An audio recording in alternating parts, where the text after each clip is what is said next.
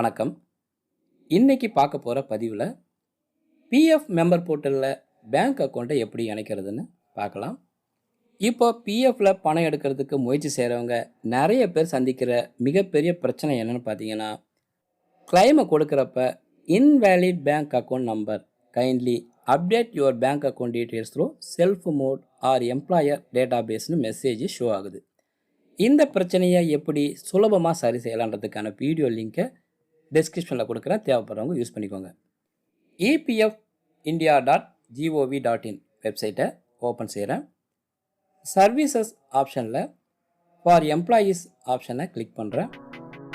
Member UAN online services ஆப்ஷனை click பண்ணுறேன்.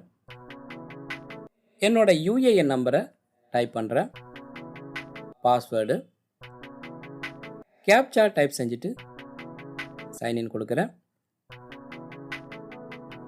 Manage ஆப்ஷனில் KYC ஆப்ஷனை கிளிக் பண்ணுறேன்.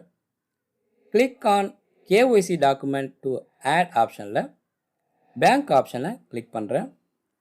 என்னோட பேரை பாருங்கள், சிவராமன் எஸ். இங்கே பேர் எப்படி இருக்கோ அது போலவே இணைக்க போகிற பேங்க் பாஸ்புக்லேயும் இருக்கணும். என்னோட பேங்க் அக்கௌண்ட் நம்பரை இங்கே டைப் பண்ணுறேன். கன்ஃபார்ம் பேங்க் அக்கௌண்ட் நம்பர், திரும்பவும் மேலே கொடுத்த அதே பேங்க் அக்கௌண்ட் நம்பரை இங்கே என்டர் பண்ணுறேன். பேங்க் IFSC கோடை இங்கே டைப் பண்ணுறேன். ஆதார் அடிப்படையிலான பயோமெட்ரிக் முறையில் ஒன் டைம் பாஸ்வேர்டு வழியாக எனது அடையாளத்தை நிரூபிக்க இதன் மூலம் ஒப்புக்கொள்கிறேன். இந்த பாக்ஸை டிக் பண்ணிவிட்டு சேவ் கொடுக்குறேன். என்னோடய மொபைல் நம்பருக்கு வந்திருக்கிற OTPயை இந்த பாக்ஸில் கொடுக்குறேன். சப்மிட் கொடுக்குறேன். என்னோடய அக்கௌண்ட் நம்பர் இந்த போர்ட்டலில் சேவ் ஆகிடுச்சு. அடுத்து ஸ்டேட்டஸில் pending with employer for digital signing அப்படின்னு மெசேஜ் ஷோ ஆகுது. அதாவது இப்போ நான் ஆட் செஞ்ச அக்கௌண்ட்டை எம்ப்ளாயர் அப்ரூவல் கொடுக்கணும்.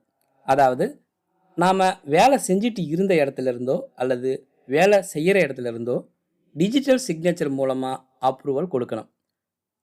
நாம் அக்கௌண்ட்டை ஆட் பண்ண நாள்லேருந்து 60 நாளுக்குள்ளே எம்ப்ளாயர் அப்ரூவல் கொடுக்கலன்னா அதுக்கப்புறமா நாம் கொடுத்த ரெக்வஸ்ட்டு செல்லாததாக மாறிடும். அதுக்கப்புறமா திரும்பவும் நாம் ரெக்வஸ்ட்டு கொடுக்க வேண்டி வரும். என்னடா இது திரும்ப திரும்ப நான் ரெக்வஸ்ட்டு கொடுக்குறேன், எம்ப்ளாயர் அப்ரூவல் கொடுக்காமல் கண்டுக்கவே மாட்டுறாரு, என்னோடய அக்கௌண்ட்டை அப்ரூவ் பண்ணுறதுக்கு வேறு வழியே இல்லையா அப்படின்னு கேட்குறீங்களா? வழி இருக்குங்க. அதுக்கான வீடியோ லிங்க்கை டிஸ்கிரிப்ஷனில் கொடுக்குறேன், தேவைப்படுறவங்க யூஸ் பண்ணிக்கோங்க. இந்த பதிவு உங்களுக்கு பிடிச்சிருந்ததுன்னா ஒரே ஒரு லைக் மட்டும் கொடுங்க.